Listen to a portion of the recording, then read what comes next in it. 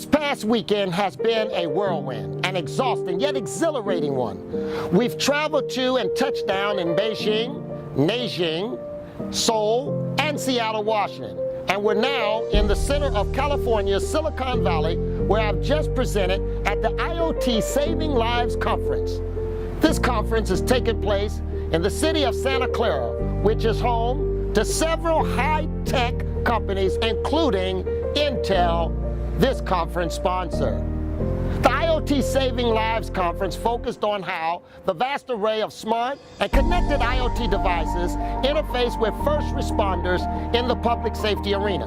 The event hosted industry experts and speakers from Nokia, Samsung, the National Institute of Science and Technology, and the Smart Cities Council, just to name a few.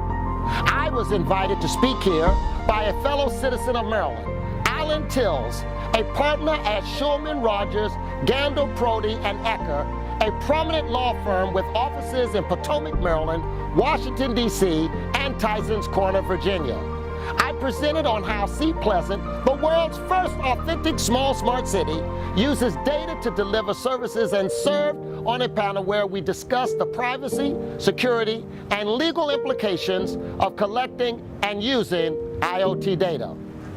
We know that data is generated every time we use the internet or some smart device. On the panel, I discussed how the city has developed policies and guidelines for data collection, usage, and the privacy protections we put in place to ensure that we keep our citizens' privacy and data safe.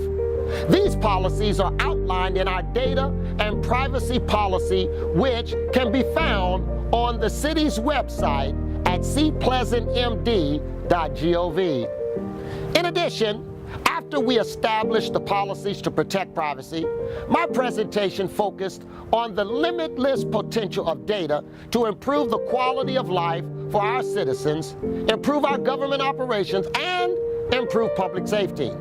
I discussed when and how data can be used to solve crimes and shared examples of how we've been able to reduce crime across multiple categories. I also discussed the multiple ways health data can be used for the greater good. For example, our in-home and health monitoring program aims to help seniors age in place safely and gracefully while providing their caretakers with a peace of mind. IoT-enabled asthma sensors paired with air quality data can help curb the prevalence of asthma in our community.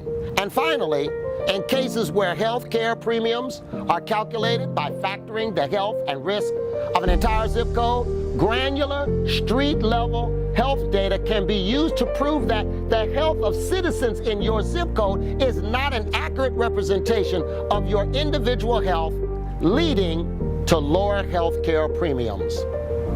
The biggest takeaway of my presentation was to never lose sight of the importance of engaging with the public to create the trust that government will be responsible stewards of data that is collected.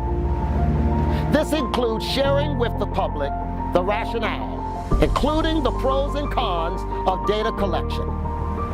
Signing off from Silicon Valley in California, I am Mayor Eugene W. Grant, the Mobile Mayor. Thank you.